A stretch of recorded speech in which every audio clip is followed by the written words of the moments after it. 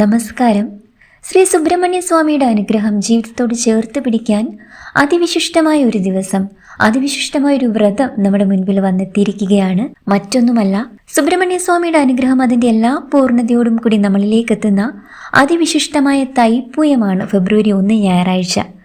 സുബ്രഹ്മണ്യ സ്വാമിയുടെ അനുഗ്രഹം ജീവിതത്തോട് ചേർത്ത് പിടിക്കാൻ ഈ ഒരു ദിവസം വളരെ ലളിതമായി ഈ തൈപ്പൂയ വ്രതം നോറ്റുകഴിഞ്ഞാൽ ഇപ്പോൾ സന്താനങ്ങളെ ചൊല്ലി ദുഃഖിക്കുന്ന, കടബാധിതകളാൽ വലയുന്ന, സർവ്വകാര്യങ്ങളിലും തടസ്സം നേരിട്ടുകൊണ്ടിരിക്കുന്ന ഭക്തർക്ക് സുബ്രഹ്മണ്യ സ്വാമിയുടെ വളരെയധികം അനുഗ്രഹം ലഭിക്കുന്ന അതിവിശിഷ്ടമായ ഒരു ദിവസവും കൂടിയാണിത്.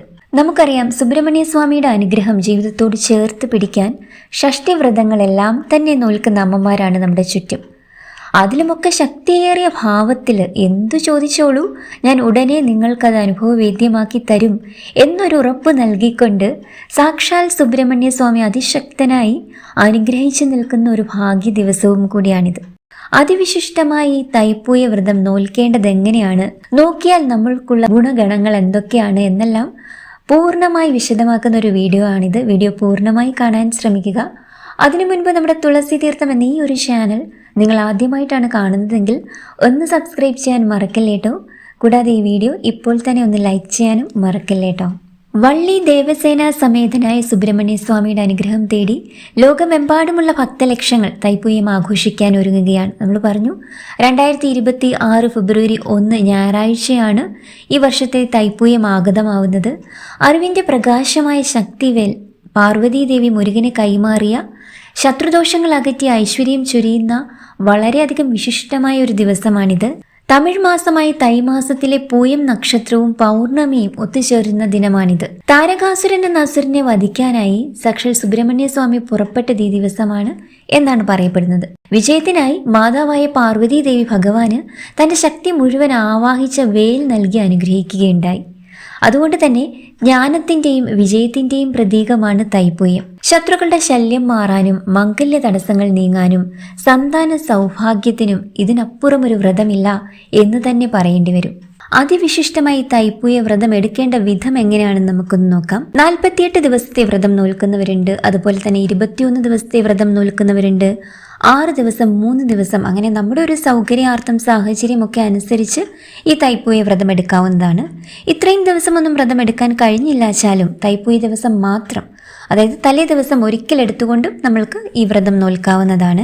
അങ്ങനെ വരുമ്പോൾ തലേ ദിവസമായ ജാനുവരി 31 ശനിയാഴ്ച ഒരിക്കലെടുത്ത് നമ്മൾക്ക് വ്രതം ആരംഭിക്കാവുന്നതാണ്. നോൺ വെജ് കഴിക്കാതെ, അതായത് നമ്മൾ വ്രത ദിവസങ്ങളിലൊന്നും നോൺ വെജ് കഴിക്കുകയില്ല, സാധാരണ വെജിറ്റേറിയൻ വിഭവങ്ങളൊക്കെ കഴിച്ചുകൊണ്ട് നമ്മൾക്ക് വ്രതം നോൽക്കാവുന്നതാണ്. പൂർണ്ണ ഉപവാസം എടുക്കണം എന്നുള്ളവർക്ക് പൂർണ്ണ ഉപവാസം എടുക്കാം.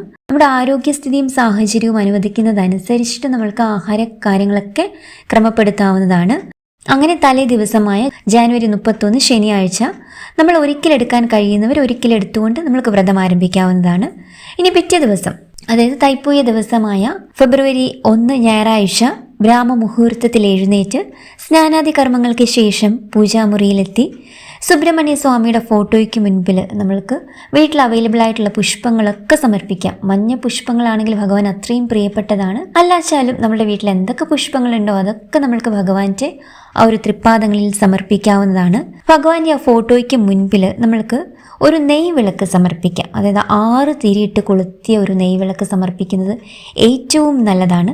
ഈ 6 നെയ്ത്തിരികൾ ഭഗവാന്റെ 6 മുഖമാണെന്ന് സങ്കല്പിച്ചുകൊണ്ട് നമ്മൾ പ്രാർത്ഥിക്കുക. ഭഗവാന്റെ മുൻപിൽ നമ്മളുടെ ആഗ്രഹങ്ങളൊക്കെ ഒരു സങ്കല്പമായി സമർപ്പിച്ചുകൊണ്ട് ഭഗവാന്റെ മുൻപിൽ അകമഴിഞ്ഞ് പ്രാർത്ഥിക്കുക.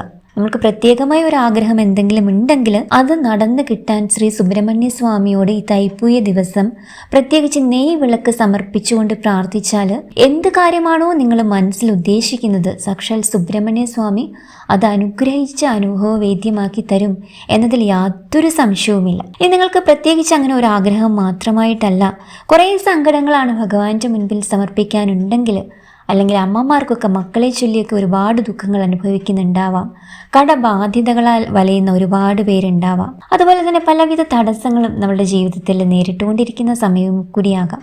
എന്ത് തന്നെ വിഷമങ്ങളാണെങ്കിലും ആവശ്യങ്ങളാണെങ്കിലും സുബ്രഹ്മണ്യ സ്വാമിയുടെ മുൻപിൽ ഇനി നിങ്ങൾക്ക് നെയ് വിളക്ക് 6 തിരിയിട്ടൊന്നും സമർപ്പിക്കാൻ പറ്റില്ലാച്ചാലും ഒരു ചെറിയ ചിരാതിൽ അല്പം നെയ്യ് ഒഴിച്ചിട്ടാണെങ്കിലും ഭഗവാന്റെ മുൻപിൽ ഒരു നെയ്വിളക്ക് സമർപ്പിച്ചാൽ മതിയാവും.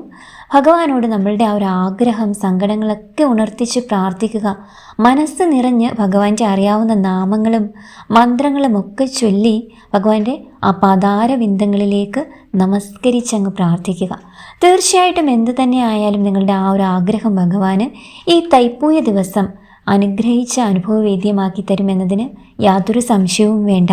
ഈ ഒരു നെയ്വിളക്ക് ഭഗവാന് സമർപ്പിക്കുന്നതിനോടൊപ്പം തന്നെ മറ്റൊരു വിളക്ക്, അതായത് നമ്മുടെ വലത് കൈവശത്ത് വരുന്ന രീതിയിൽ മറ്റൊരു വിളക്ക് 5 തിരിയിട്ട് കൊളുത്തി വെക്കുക. ഇത് നമ്മൾ ഗണപതി ഭഗവാനെ സങ്കല്പിച്ചിട്ടാണ് കേട്ടോ കൊളുത്തി വെക്കേണ്ടത്. അതായത് നമ്മളുടെ വലത് കൈ വരുന്ന ആ ഭാഗത്തായിട്ട് ഗണപതി ഭഗവാനെ സങ്കല്പിച്ച് 5 തിരിയിട്ടൊരു വിളക്ക് കൊളുത്തി വെക്കുക. സുബ്രഹ്മണ്യ സ്വാമിക്ക് 6 തിരിയിട്ട നെയ്വിളക്കും സമർപ്പിക്കുക. സുബ്രഹ്മണ്യ സ്വാമിയെ പൂജിക്കുന്ന സമയം നമ്മൾ ഗണപതി ഭഗവാനെ കൂടി ചേർത്ത് വേണം പൂജയും പ്രാർത്ഥനയും ഒക്കെ ചെയ്യാനായിട്ട്. അങ്ങനെ നമ്മുടെ ഇടതുവശത്ത് 6 തിരിയിട്ട് സുബ്രഹ്മണ്യ സ്വാമിയെ സങ്കല്പിച്ചും വലതുവശത്ത് 5 തിരിയിട്ട് ഗണപതി ഭഗവാനെ സങ്കല്പിച്ചും ഓരോ നെയ്വിളക്കുകൾ വീതം നമ്മൾക്ക് കൊളുത്തി വെക്കാവുന്നതാണ്. നെയ്വിളക്ക് സമർപ്പിക്കാൻ എന്തെങ്കിലും ബുദ്ധിമുട്ടുണ്ടെങ്കിൽ ചെറിയൊരു ചിരാതില ഭഗവാന്റെ ഫോട്ടോയ്ക്ക് മുൻപിൽ നെയ്വിളക്ക് സമർപ്പിച്ചാലും മതിയാകും. എന്നിട്ട് സാധാരണ പോലെ നമ്മൾ നിലവിളക്ക് വിളക്കെണ്ണ ഒഴിച്ചിട്ട് കത്തിക്കുമല്ലോ, അങ്ങനെ ചെയ്താലും മതിയാകും. ചെയ്യാൻ കഴിയുന്നവര് ഇങ്ങനെ 2 നെയ്വിളക്കുകൾ ഗണപതി ഭഗവാനും സുബ്രഹ്മണ്യ സ്വാമിക്കുമായിട്ട് സമർപ്പിക്കുക കേട്ടോ. ഇനി പഞ്ചാമൃതം ഉണ്ടാക്കി ഭഗവാന് നേദിക്കുന്നത് ഏറ്റവും ഐശ്വര്യമാണ്. നമ്മൾക്കറിയാം സുബ്രഹ്മണ്യ സ്വാമിക്ക് വളരെയധികം ഇഷ്ടമുള്ളതാണ് പഞ്ചാമൃതം. അപ്പോൾ ഈ തൈപ്പൂയ ദിവസം ഭഗവാന് മനസ്സറിഞ്ഞ് പ്രാർത്ഥിച്ചുകൊണ്ട് പഞ്ചാമൃതം നിവേദിക്കാവുന്നതാണ്. നമ്മൾ ഭഗവാന് ഒരു 5 പ്രാവശ്യം ഈ നേദ്യം കോരി കൊടുക്കുന്നതായി സങ്കല്പിച്ചു വേണം കൊടുക്കാനായിട്ട്. സുബ്രഹ്മണ്യ സ്വാമിക്ക് നേദിക്കുന്നതിന് മുൻപ് നമ്മൾ ശ്രദ്ധിക്കേണ്ട കാര്യം, ഗണപതി ഭഗവാനും ഈ നേദ്യം നിവേദിക്കാൻ മറക്കരുത് കേട്ടോ. അപ്പോൾ ഭഗവാന്റെ ഒരു ഫോട്ടോയ്ക്ക് മുൻപിൽ നമ്മളൊരു സ്പൂണിൽ കുറച്ച് നിവേദ്യം കോരി ഭഗവാൻ ഇങ്ങനെ സമർപ്പിക്കുന്നതായിട്ട് സങ്കല്പിച്ചുകൊണ്ട് കൊടുക്കുക. എന്നിട്ട് കൈയൊന്ന് കഴുകിയതിന് ശേഷം വേണം സുബ്രഹ്മണ്യ സ്വാമിക്കും ഈ ഒരു നിവേദ്യം സമർപ്പിക്കാനായിട്ട്. അന്നേ ദിവസം നമുക്ക് സുബ്രഹ്മണ്യ കീർത്തനങ്ങൾ, സ്തോത്രങ്ങൾ, മന്ത്രങ്ങളൊക്കെ ചൊല്ലാവുന്നതാണ്. സുബ്രഹ്മണ്യ ക്ഷേത്രത്തിൽ അന്നേ ദിവസം പോകുന്നത് വളരെയധികം ഐശ്വര്യമാണ്. അന്നേ ദിവസം ഉറപ്പായിട്ടും എല്ലാവരും തന്നെ ശ്രീ സുബ്രഹ്മണ്യ സ്വാമിയുടെ ക്ഷേത്രത്തിൽ പോവേണ്ടതായിട്ടുണ്ട്. ക്ഷേത്രത്തിൽ ചെല്ലുമ്പോൾ സുബ്രഹ്മണ്യ സ്വാമിക്ക് നമുക്ക് ഭസ്മാഭിഷേകം, നാരങ്ങാമാല, പനിനീരഭിഷേകം, മഞ്ഞപ്പട്ട് ചാർത്തൽ, കളഭം ചാർത്തൽ എന്നീ വഴിപാടുകൾ നമ്മുടെ കഴിവിനനുസരിച്ച് നമ്മൾക്ക് എന്താണോ ക്ഷേത്രത്തിൽ ചെയ്യാൻ കഴിയുക അതൊക്കെ നമ്മൾക്ക് ചെയ്യാവുന്നതാണ്. ഇനി പ്രത്യേകിച്ച് അങ്ങനെ വഴിപാടുകളൊന്നും ചെയ്യാൻ സാധിക്കില്ലാച്ചാലും സാരയില്ല. മനസ്സ് നിറഞ്ഞ നമ്മുടെ ഒരു പ്രാർത്ഥന പോലും ഭഗവാന് സ്വീകരിച്ചിട്ട് അതിശക്തമായ അനുഗ്രഹം തരുന്നൊരു ദിവസം കൂടിയാണിത്. അതുപോലെ തന്നെ വീട്ടിൽ അന്നേ ദിവസം നമ്മൾക്ക് രാവിലെയും വൈകിട്ടും 108 തവണ ഓം ശരവണ ഭവ എന്ന ഭഗവാന്റെ മന്ത്രം ചൊല്ലാവുന്നതാണ്. അതുപോലെ തന്നെ സുബ്രഹ്മണ്യ ക്ഷേത്രത്തിൽ കദളിപ്പഴവും പാലഭിഷേകവും നടത്തിയാൽ എത്ര ശക്തമായ ദോഷവും നമ്മളെ വിട്ടകലും എന്നാണ് വിശ്വസിക്കപ്പെടുന്നത്.